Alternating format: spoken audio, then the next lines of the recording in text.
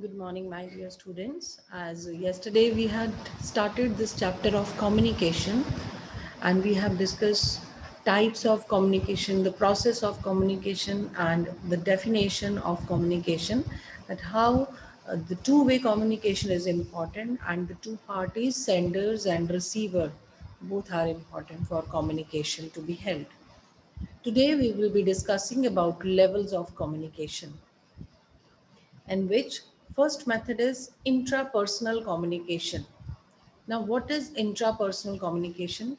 Once you're thinking in your mind regarding your feelings, your that when you are talking in the mirror, when you are talking to yourself, for example, when you are talking in your mind that what to eat at in dinner, what to eat, that what kind of food you want to eat, that when you are thinking about something with yourself, that is intrapersonal communication. That means that communication that occurs in your mind, and it is actually based on your feelings, your beliefs, your basis, so in which what you believe, so what you want to do on the weekend, or what do you think about other person, all these kind of communication which are happening in your mind are intrapersonal communications.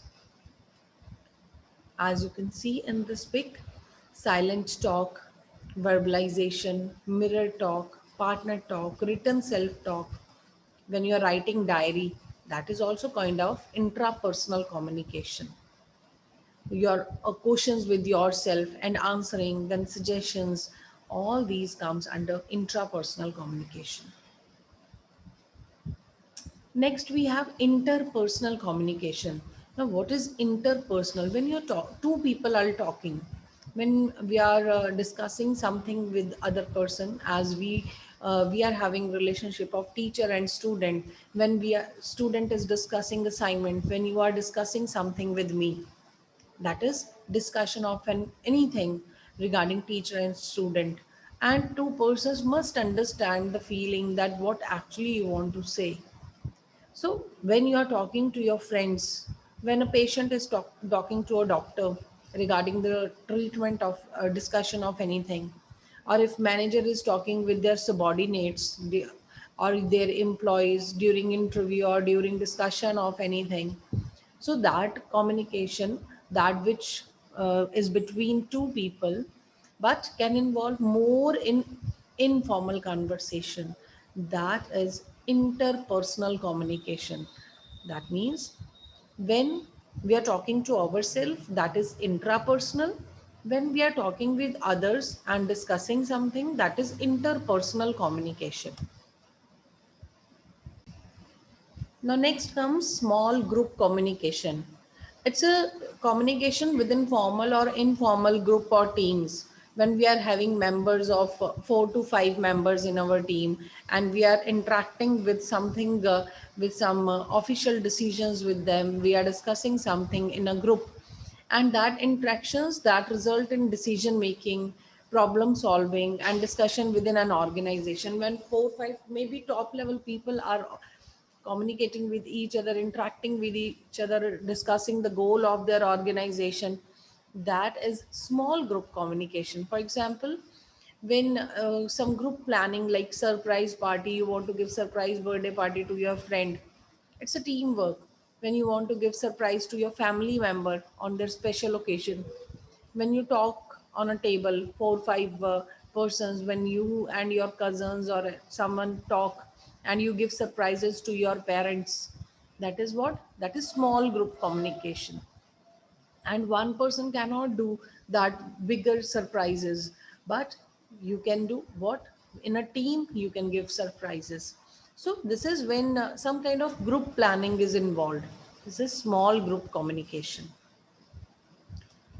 Next come one to group communication. See this, one person is a speaker, he is the source, he will be delivering his lecture, and that message all the receivers are sitting on the other hand. This is one to group communication. This involves speaker who seeks to inform, persuade or motivate an audience. So, like We teachers are teaching all the students. You are listening to us. A preacher is uh, giving their values and lessons to their congregations.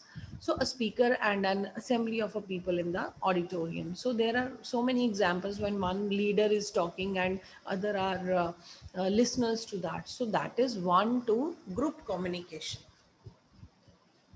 And what that receivers have received all the things, then afterwards feedback can be taken from the receivers, that whether it is understandable or not.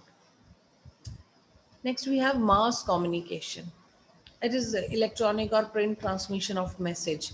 Like a mass communication means when the information is reaching to the public.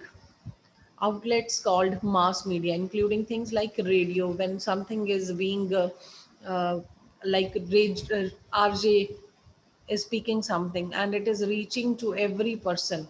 That is, with the help of that RJ, that message is conveyed to the huge people, huge mass communication, you can say.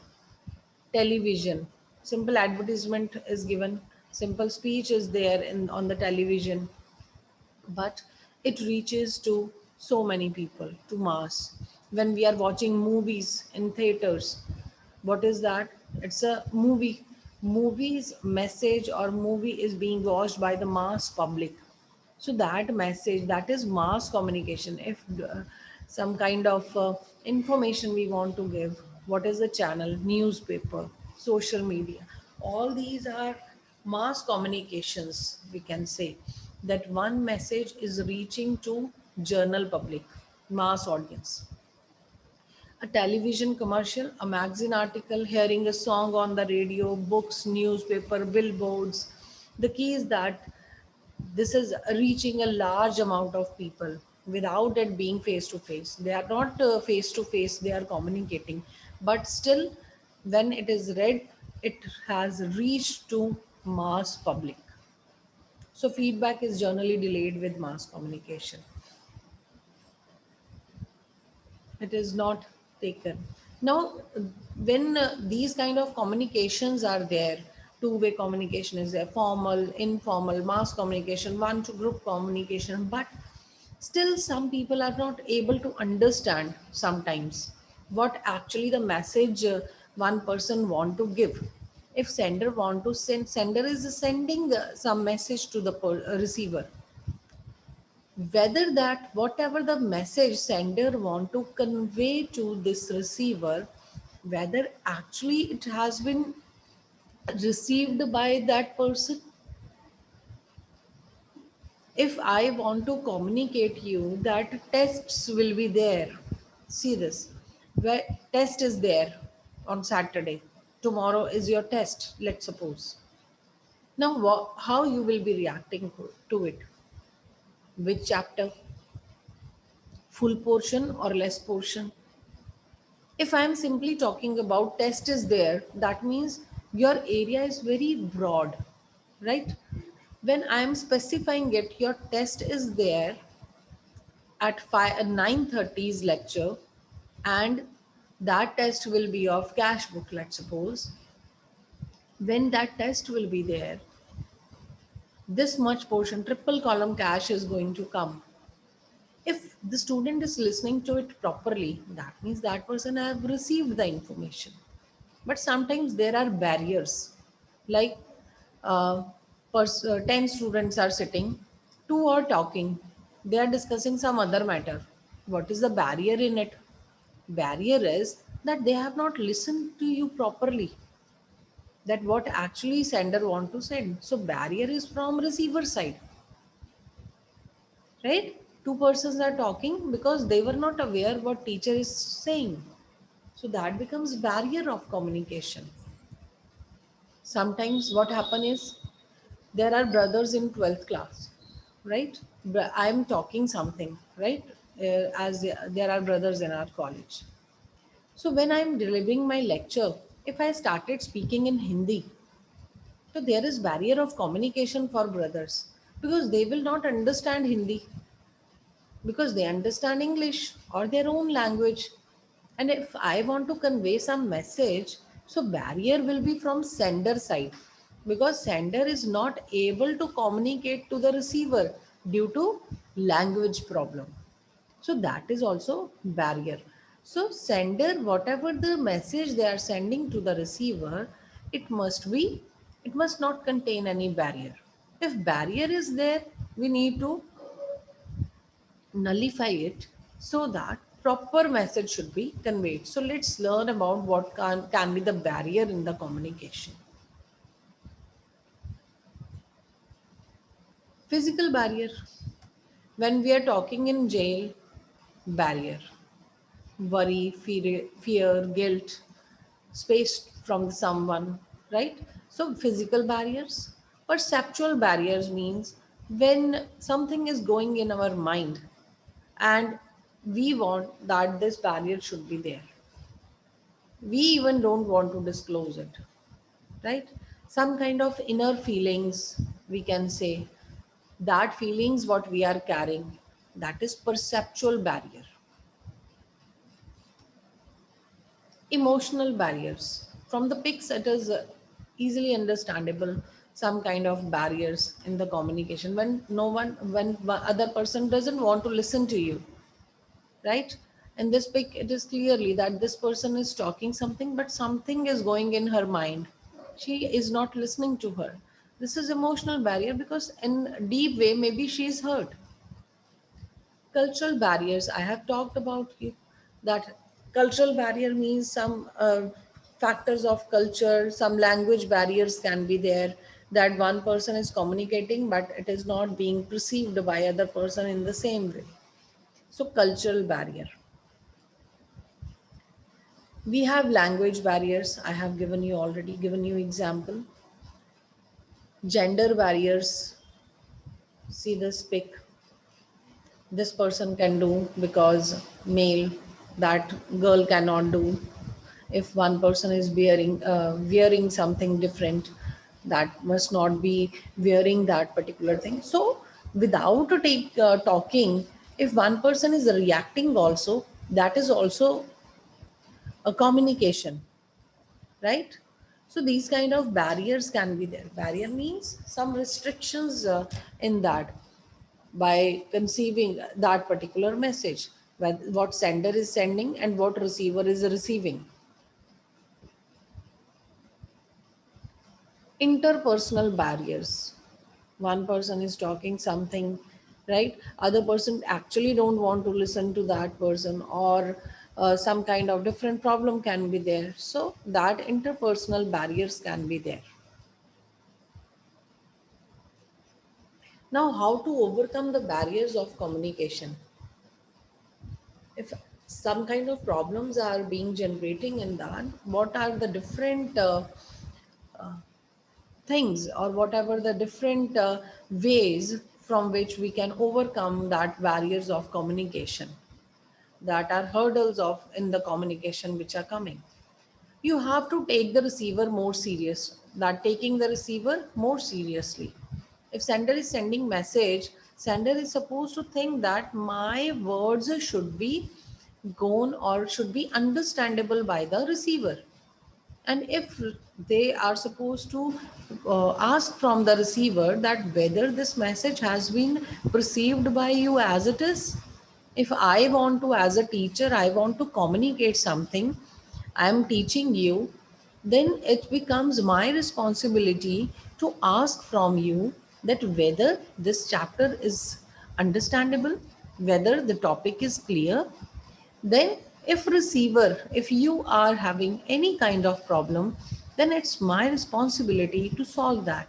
But if from the side of the receiver, if actually student don't want to discuss it, you actually don't want to perceive that thing, then it is a barrier.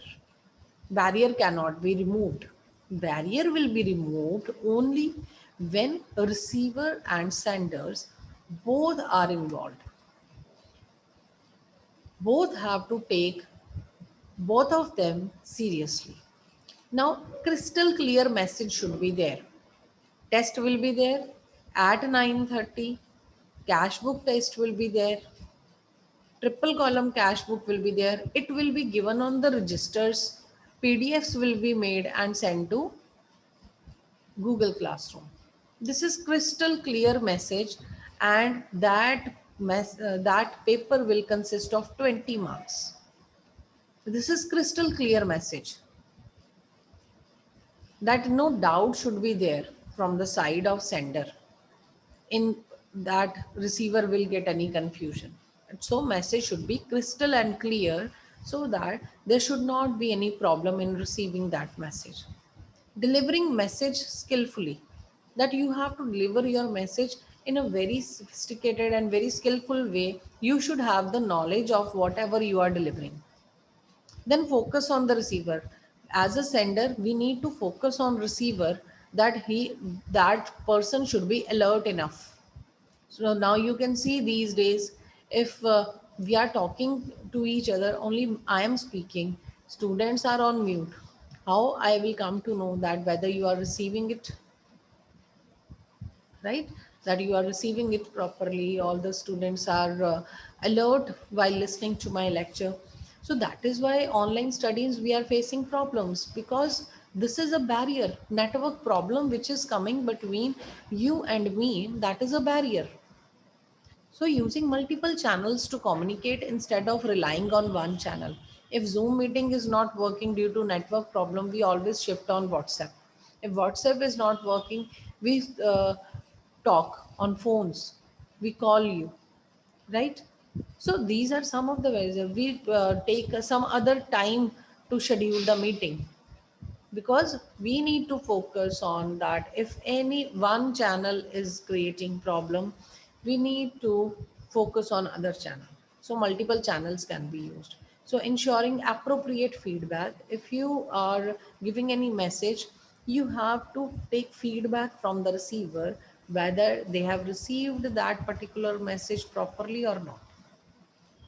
So ensuring the appropriate feedback from the receiver.